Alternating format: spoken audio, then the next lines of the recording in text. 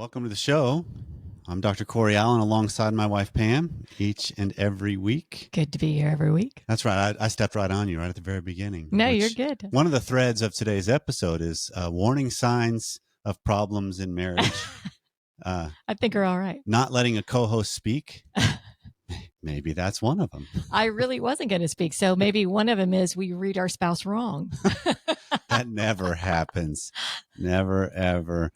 Well, no, welcome to the show. This is Passionately Married, where what we're trying to do is frame conversations and actions that couples can take that just enhance their life together, be it their marriage, their sex life, their communication, their parenting, their personal life. Because, you know, not a shocking statement at all, but they all overlap onto each other. Yes, right. They feed off of one another for sure. Because one of the foundational beliefs we've had is that marriage has a design in mind to help us grow up. And one of the other things that happens is, and this is one of the threads of almost doing this for 12 years now, one of my favorite threads of messages that come in at feedback@passionatelymarried.net or 214-702-9565, which is our voicemail line, is the idea of, I started listening to you guys because I was trying to figure out how to get my spouse to change or stop doing whatever or fix things. I wanted to come fix my spouse. And lo and behold, it was me that needed to get the work done. Yeah. Not letting them off the hook by any means, but we control what we can control. Yeah. Which at the end of the day, it's just us. Mm-hmm. And we got to realize that, because a lot of times what happens is in marriage and in life, we're trying to create something, grow something, be something, if you think about it, right? That's kind of why we got married in the first place, right? Yeah. Yeah. I mean, hopefully we're trying to grow something and we're not just stale, but sure. Anyway, Well, hopefully there's a purpose there in that connection and that relationship. Absolutely. Because one of the things I love is the idea that marriage can take you places that you can't go on your own. Mm-hmm. And this came on Instagram, that we posted this on our Instagram account last week, that says, when you want to use your sex life as a means to grow yourself and your marriage up, it's often pointless and counterproductive to learn a variety of new sexual techniques. Okay. Mm-hmm. Because a lot of us think, oh, I want to improve my life. And so let's just learn new techniques. Let's try new things. Yeah. Right. But using sex as a vehicle for personal and relational growth, it's not the same as just doing something new.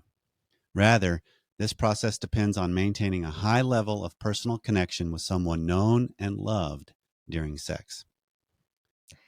Yeah. So it's about the connection. It's not about the idiosyncrasies of the hows and whats. Right. And then it's learning how to follow that connection to create something better, which requires full presence and consent of both spouses. Mm-hmm.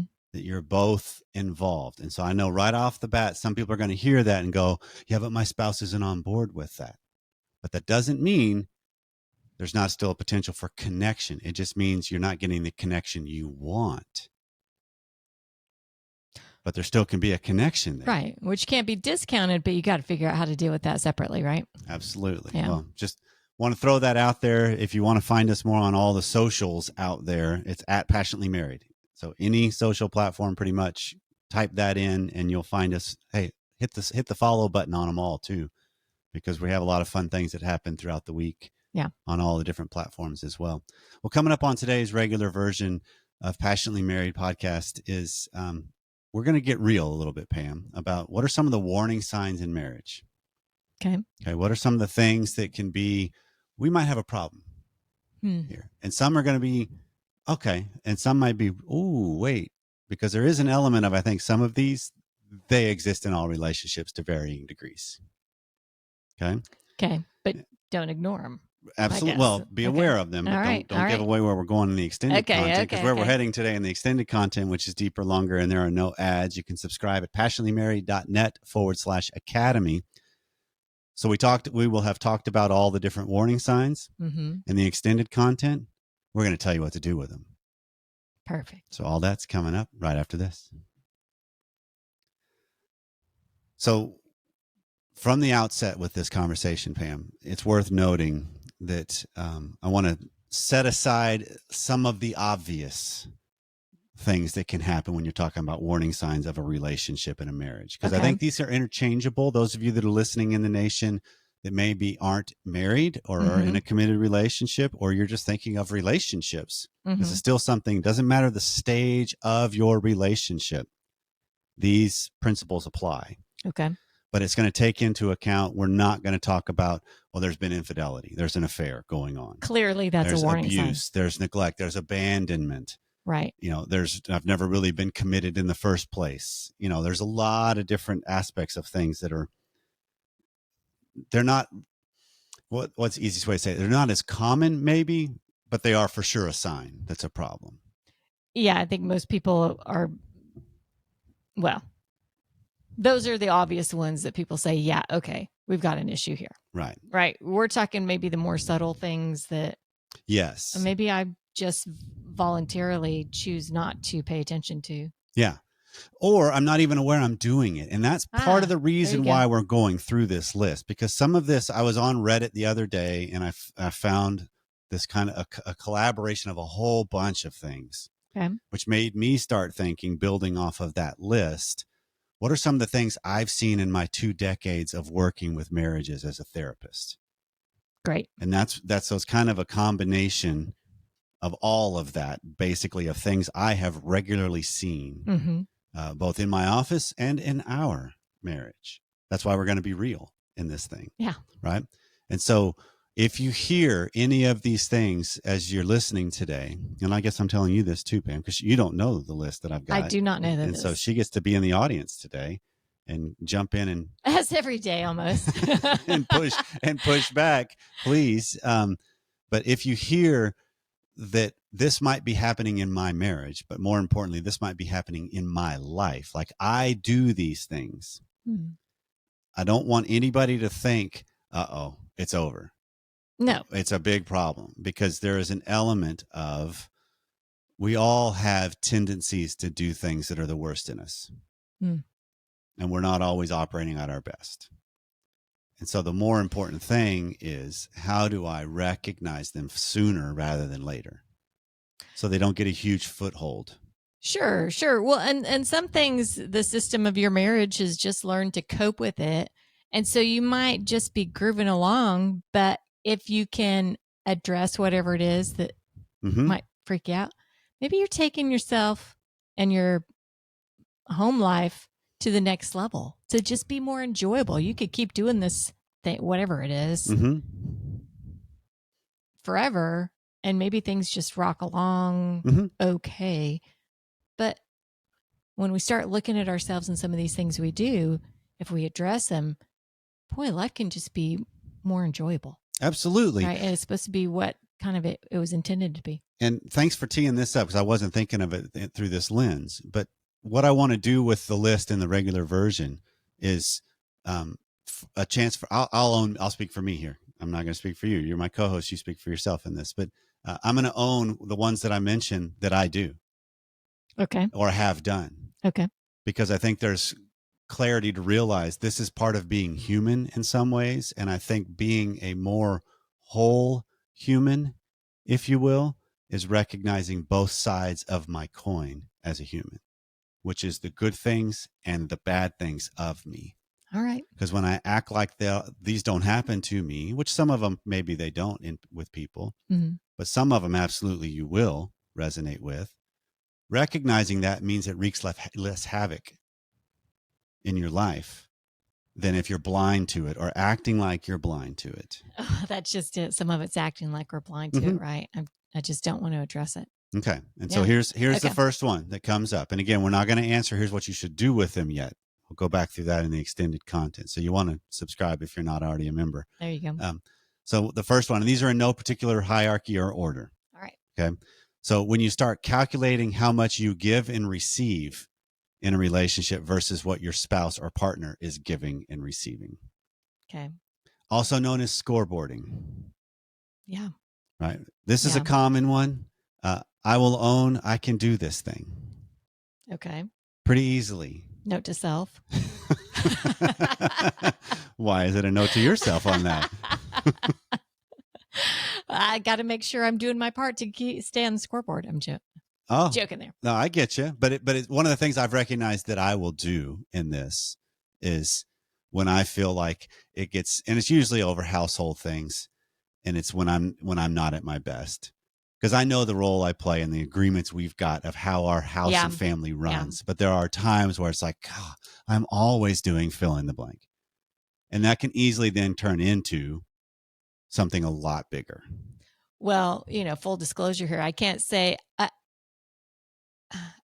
I scoreboard. I guess maybe I do, but the scoreboard is always in your favor on those type of things. Like I'm always losing if I'm scoreboarding, and then I feel like deficient. Like he's got to be. If he's not ticked at me, why isn't he ticked at me? Because he picks up more of the load than he should. Okay. So there is a reality there. You never portray that you're scoreboarding, which is interesting. Well, I think a lot of this is internal for me. Okay. And I think that's where it's going to play out. Sometimes, and here's a clue for people that are listening in the nation. If this is something that wreaks havoc in your life, this is what you say when you guys get in heated fights. This is the ammo you use. You bring up, oh, well, I'm always doing this and you never do it. Yes. Okay. That would be one of the fuels and markers of, yep, that might be what you're doing. Okay. And that can become a problem. Okay. Number 2 is regularly discovering lies or skews or omissions from your spouse, or you are doing it yourself. Okay. Which is basically, I just have real trouble being honest.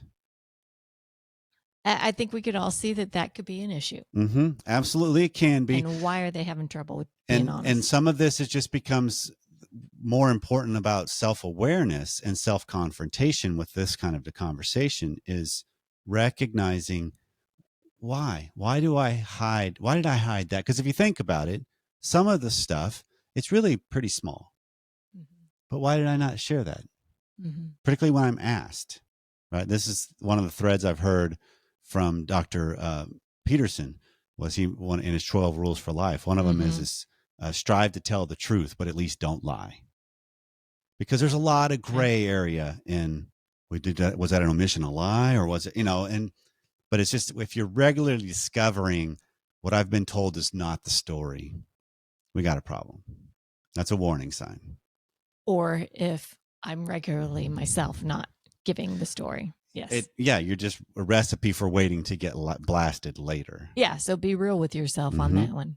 Okay. And then number 3, if this is an interesting one, that this is based off of couples I've had through the two decades of doing this, is a relationship that started by one or both of them cheating. That one just sounds like a real obvious one to me. It is, from an objective point of view. But when you get subjective about these things and I hear their stories, I'm like, okay, I understand. I guess I can get it. But it's still, that's going to be a problem because you've already set a foundation that's shaky, and relationships are hard enough as it is. Yeah.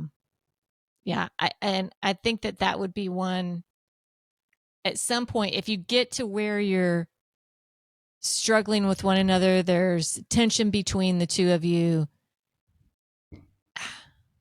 I haven't walked these shoes, but I would think that in the back of my mind, I'm thinking, well, you cheated on so-and-so to be with me, so why wouldn't you cheat on me? Right. There's got to be something in there. Maybe not, but. Well, that's the struggle, is making it to where we get pie in the sky, rose-colored glasses. Oh, but this one's a soulmate. This one's grass is always greener. Happen again. But in reality, if you're in this situation, you already know there's some doubt and jealousy potentials or some uncertainty that could be there, because you got to just realize, who are you guys with?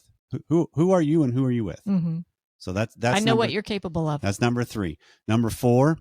And this is based on a lot of Gottman's work and some of the scientific research that's out there on relationships. And this goes into the whole element of what's the quotient of negative events versus positive events or moments in your marriage. Think of it conversationally. Are there more negative dialogues than positive dialogues? Because what the theory is and the philosophy is, you need a 5-to-1 ratio of positive to negative. Wow. Yeah. Okay, you need a 5-to-1 for what? Just to survive, to be healthy? This is on be relationship, a study of relationship survivability. survivability. Yep. Because think about it. If it's a constant barrage of negative with only a few little positives, do you really believe the positives? Well, that's so hard. You think about people that just for whatever reason get pounded by all these outside things that are out of their control, and how much harder it is. Well, okay, but let's Maybe clarify that's that. extended comment. That's not, that can be brought into the relationship. I could have something going on outside of my life that's out of my control, outside of my marriage, it's out of my control. And are you an ally in this, or do you pile on? Okay. That makes the difference. So we're not talking about things that happen in life that are no, negative we're versus talking positive. about the relationship dynamic. That makes Thanks sense. for clarifying that, Yeah. because that might have been unclear to some other people as well. Yeah. That is because it's seeing it as, what's the dialogue like between us? And that's going to come up in a couple others too. Okay. But in the relationship, does it lean more towards the positive interactions, moments, and events together, or negative interactions, moments, and events together? Okay. Okay. Number 5, when one person wants to fix the other. And I love this quote that I came across that if your relationship or your marriage started as and is continued as a repair project, you didn't fall in love with who they are. You fell in love with who you want them to be. And they may never live up to what you want them to be. Right. Yeah. Right. Okay. That's a stressor on the other person and on you. I mean, neither of you can live up to anything. Okay. Yep. Number 6, when you argue over insignificant things regularly, like you bought the wrong spaghetti sauce, or, I like 2% milk, or, and it turns into critical and criticism. Right. So when that's an undercurrent, because again, there's a rationale underneath that usually is much deeper. That's what we'll talk about in the extended, but that's one of the markers to recognize. Okay. Number 7, if one or both of the people in the marriage are controlling of each other. Yeah. This is an all too common thing, actually. So you feel it, the one or both feel suffocated by the other. Mm-hmm. I have to answer for every dollar I spend. Or it's never good enough, or you feel like I express an opinion and they shoot it down right away and add in some character assassination to it as well. But if you look at it, because again, all of us are trying to create comfort zones, and how we live is going to interact and butt up against my spouse and how they want to live and interact. But it's important to realize I can either address that or I'm trying to control it. Mm-hmm. I can realize it or I'm trying to control it. Mm-hmm. That's kind of a universal thing. Okay. Number 8, and this one's a really important one, I think, because this is one of those markers of usually when we're out in public, we're on our best behavior with each other. Like we kind of know how to act around strangers or even friends in a sense. But how do you speak to each other when you're not alone? When you're not alone. Right. As a couple. Mm-hmm. Like we usually speak to people with a lot of respect and kindness. But when you get around other married couples or friends and you say awful things to each other, or you got nasty, snappy tones, that's a problem. Because at that point, then what really is going on underneath me is eking out. And we can keep stuff at bay a lot of times. We can put on a good front. Everybody's capable of this. I've had a horrific night or something at home life, but I can go into my office the next day. I can do my job. I can maybe let it know I got some problems, but I'm not just letting it loose. And then when I come home, I can let loose on my family. Right? But when that starts coming out between a married couple in front of other people, that's a warning sign. Gotcha. Okay. Gotcha. Because then you're not talking about keeping a lid on it and context of where you are. It's just wherever you are. Right. You're just throwing it out there on everybody to deal with. Okay. Number 9. This is another one that's important. How do you speak about your spouse when they're not with you to other people? Because that's a big one. Yes. Yeah. I agree. I'm not sure that I have too much to really chime in there on, but it's big. It's big. We show respect for him. And this is a self-reflecting question to ask yourself on that. That's what this one matters on. How do you refer to your spouse when you're with the boys or you're with the ladies? How do you talk about them? What tone do you take? And I'm not saying it always has to be glowing angelic, but what tone do you take?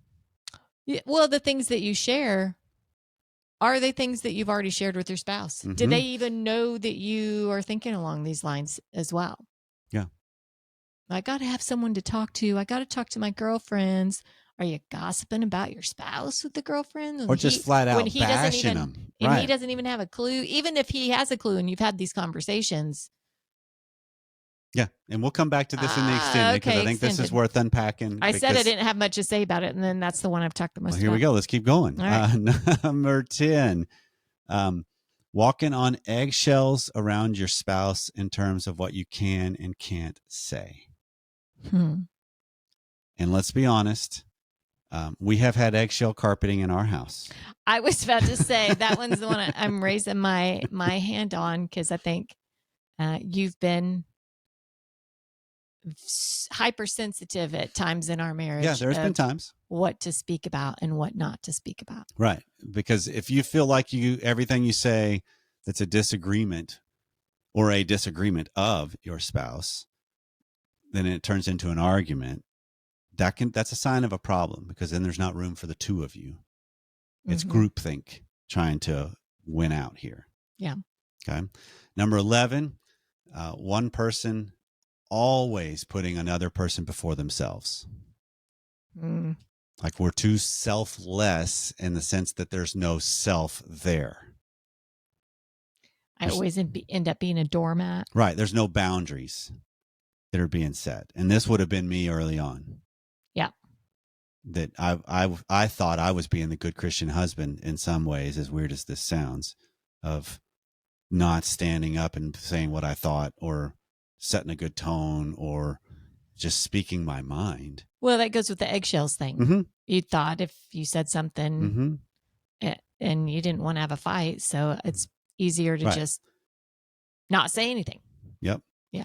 And then the last one, again, these aren't in particular order by any means, but number 12 is if your marital conflict resolution method is screaming or insults or completely shutting down. So that anytime you guys have a disagreement or something you want to unpack and address, all you do is immediately take it personal in World War III. Right. That's a sign of a problem. And that would be one most people would be like, that makes sense. Yeah. And what's interesting in this is, I don't know if we've ever screamed at each other. We've maybe screamed about each other. Like walk out of the room and like, or something. Well, we've shared before. Maybe that's happened. My screaming would have been in the form of slamming things and breaking the cabinet door in the kitchen. But mine would have been just completely shutting down and avoiding. Yeah. I would have just walled it all off and walked away, but not actually dealt with it. It would have just been walking out. Yeah. Which is still a problem. Because that's Gottman's work of stonewalling, right? That's a problem. Yeah. And so it's recognizing, because marriage in and of itself is one of those things that is going to absolutely take us to the brink of, can I do this? Can I handle this or not? Yeah. Whether I like it or not, that's the reality. Most of us want a marriage that just is comfortable and easy. And I think we get seasons of that. I think you get moments of that. Even if these have been a problem at different points, you still get moments because that's what keeps us in it. On top of our commitment and our dedication and the covenant of marriage and the sacredness we may place therein. But it's recognizing a lot of these, if not all of these, are part of just one human in a relationship with another human, right? Yeah, I mean, like you said at the beginning, these aren't all just about marriage, right? No, yeah, Any relationship can have this, whether it's parent-child or coworker or right. And these yeah, would play out different, like in a parent-child relationship, because you got an inherent power differential yeah, here. yeah, But for sure, in marriage, it's recognizing, okay, of this 12 things, and there were more that, I mean, there's countless things that can yeah. be signs. Um, what I'm curious about is what spoke most to the people that listened, what to Mm, the nation. What did you hear? And if you're part of the platform on my.passionatelymarried.net, which is where the nation hangs out, and you can join for free, plus there's an academy level that when you're an academy member, you get a deeper conversation, a lot more depth of interaction and connection. mm-hmm, Speak up there. mm-hmm. Which ones do you see in your life? What are you seeing now, and what have you seen in the past that maybe you've worked on? Mm-hmm. That's That'd be good. yeah. And And how then, did you work on it? We'll talk about that more in extended, but absolutely. but on the platform, how did you work on it? How did you tackle it that might benefit somebody else? Absolutely. And then if you're a member of the academy, you get to pay attention here in just a second on here's some things you can do and see how those line up.